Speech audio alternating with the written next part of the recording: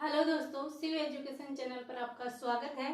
कल हमने व्यंजन की बेसिक क्लास देखी थी, उसमें बेसिक इंफॉर्मेशन हमने देखी थी। आज हम पूरा डिटेल से व्यंजन पढ़ेंगे और कल स्वर तंत्रियों के आधार पर हम व्यंजन का वर्गीकरण पढ़ेंगे। आज हमारा टॉपिक है कि उच्चारण स्वर तंत्रियों के आधार पर व्यंजन का वर्गीकरण। तो चलिए देखते हैं। व्यंजन व्यंजन यानी कौन सा हो गया? स्पर्श व्यंजन। इस स्पर्श व्यंजन को ही हम स्पर्शी व्यंजन या स्पृष्ट या वर्गीय व्यंजन बोल सकते हैं। स्पर्श व्यंजन का अर्थ क्या है? स्पर्श व्यंजन यानी छूना। स्पर्श यानी छूना।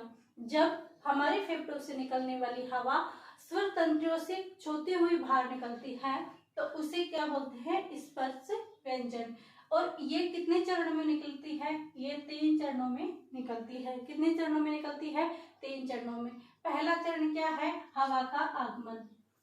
जब हमारे फेफड़ों से निकलने वाली हवा जब हमारे फेफड़ों से निकलने वाली हवा स्पर्श स्थान तक आती है। हवा का आगमन कब होगा? ये पहला चरण क्या होगा कि फेफड़ों से निकलने वाली हवा जब हम बोलेंगे तो फेफड़ों से जो हमारी हवा निकलेगी वो स्पर्श स्थान तक पहुंचेगी। ये कौन सा हो गया? हवा का आगमन। फिर होता है अवरोधन।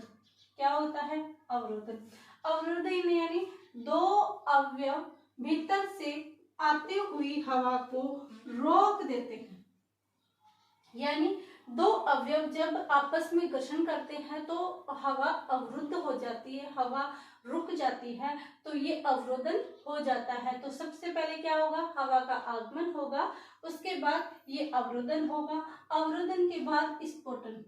क्या होगा? स्फोटन। यानी हवा का यहाँ से जब भीतर से हवा आएगी उसके बाद अवरुद्ध होगी, रोक होगी, रोकने के बाद हवा जब बाहर निकलेगी तो वो कौन सा होगा? स्फोटन। इसलिए इन स्पर्श व्यंजन को स्फोटन ध्वनियां भी कहते हैं। क्या कहते हैं? स्फोटन ध्वनियां। यानी स्फोटन के साथ बाहर निकलती है। जब दोनों अवयव पास आते हैं तो अवरोध होता है, जब दूर हट जाते हैं और हवा बाहर निकल जाती है तो क्या होता है? स्फोटन। और इन्हें स्फोटन ध्वनियां भी कहते हैं। कौन से को? स्पर्श व्यंजन को स्फोटन ध्वनियां भी कहते हैं, क्योंकि यह संघर्ष के साथ स्पर्श के साथ बाहर निकलती है, इसलिए इसे स्पर्श व्यंजन या स्फोटन ध्वनियां या स्पर्शी व्यंजन, स्पृष्ट व्यंजन या वर्गीय व्यंजन कहेंगे। अब स्पर्श व्यंजन कितने होते हैं? स्पर्श व्यंजन कितने होते हैं? 16। हमारे हिंदी वर्णमाला में स्पर्श व्यंजन की संख्या कितनी है? 16 संख्या है हमारे हिंदी व्यंजन के अंदर। और संस्कृत के अंदर इनकी 25 है। हम भी 25 ही मानते हैं। हमारे 16 विशुद्ध रूप से स्पर्श व्यंजन के अंदर विशुद्ध रूप से कितनी है? 16 है। संस्कृत के अंदर स्पर्श, संघर्षी और नासिकीय व्यंजन और संघर्षी व्यंजन को भी इसमें शामिल किया गया है। हमने संघर्षी व्यंजन के अंदर इन से है को उसमें व्यंजन के वर्गीकरण के आधार पर वर्गीकरण इनका कर लिया गया है। तो कौन सा हो गया? स्पर्श व्यंजन का ख, ग, ग, प, ठ, ड, ड, थ, द, प, ब, भ। ये कौन से हो गए? स्पर्श व्यंजन हो गए। और स्पर्श संघर्षी कौन से हो गए? च, छ, ज, ज। और नासिकीय व्यंजन हो गए अण, अण, अण, न, ब। अण मंडम, ये नासिकीय व्यंजन हो गए। फिर है संघर्षी व्यंजन। संघर्षी व्यंजन कौन से हैं?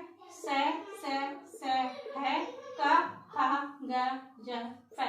ये कौन से हो गए? संघर्षी व्यंजन हो गई। संस्कृत में इन सभी को एक ही माना गया। स्पर्श व्यंजन के अंदर 25 के अंदर अगर हमारा क्वेश्चन आए कि विशुद्ध रूप से स्पर्श व्यंजन कितने होते हैं तो हमारा आंसर होगा 16। और अगर हमारा क्वेश्चन आए कि स्पर्श व्यंजन होते कितने हैं तो होंगे 25।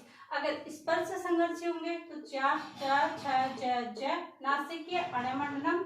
और संघर्षी व्यंजन स, क, ख, ग, ज और फ। ये हमारे हो गए स्पर्शी व्यंजन। अब उत्सिप्त व्यंजन। उत्सिप्त व्यंजन यानी फेंकना। ड ड, जैसे ही हम बोलेंगे ड ड तो हमारी जीवा ऊपर की ओर लुढ़क कर वापस बाहर की ओर जा रही है। यानी जब भी हम बोलते हैं ड तो ड बोल के हमारे जिव्या मसोड़े की तरफ उल्टी होकर वापस की ओर फेंकी जा रही है, तो उससे यानी फेंकना। इसमें कौन से शब्द आ गए? ड और ड। ये ड और ड ये दोनों ऐसे शब्द हैं जो तत्सम शब्दों में नहीं आते। ये तत्सम शब्द इनके नहीं बनते, ये इनकी तत्सम और तद्भव शब्दों की इनकी पहचान है। ड और ड हमेशा तद्भव शब्दों के अंदर ही आते हैं। फिर हमारा हो गया अंतस्थ व्यंजन। अंतस्थ व्यंजन में कौन सा हो गया? य, व, र और ल। ये कौन से हो गए? अंतस्थ व्यंजन हो गए। ये भी कितने हैं? 4। कितने हैं? 4। अंतस्थ व्यंजन कितने हैं? 4। य, व, र और ल। इन अंतस्थ व्यंजनों को भी 2 भागों में हमने बांट लिया। पहला है लुंठित व्यंजन यानी र। जब भी हम इसको बोलते हैं लुंठित व्यंजन को, तो हवा हमारी लुंठित होकर यानी लुढ़क जाती है। जैसे बोलते हैं र, तो जैसे हम बोलते हैं र र तो हमारे जीवा मसोड़ों की तरफ जाकर वापस से लुढ़क जाती है। ये कौन सी होगी? लुंठित व्यंजन र। और फिर होगी पार्श्विक व्यंजन। कौन सा? ल। पार्श्विक व्यंजन कौन सा हो गया? ल। और उसमें व्यंजन कितने हो गए? उसमें व्यंजन जब यानी 2 अवयव जब हवा का आगमन होता है और वो उसमें यानी गर्म हो जाती है, दोनों अवयव आपस में संघर्ष करते हुए बाहर निकलते हैं तो वो गर्म हो जाती है, इसलिए इन्हें उसमें व्यंजन कहा गया है। और उसमें व्यंजन कितने हैं? वो भी कितने हैं? 4। कौन कौन से? स और है। ये कितने उसमें व्यंजन, और ये संघर्ष के साथ बाहर निकलते हैं, इसलिए इन संघर्षी व्यंजन यहाँ पर हमने स और स लिखा है।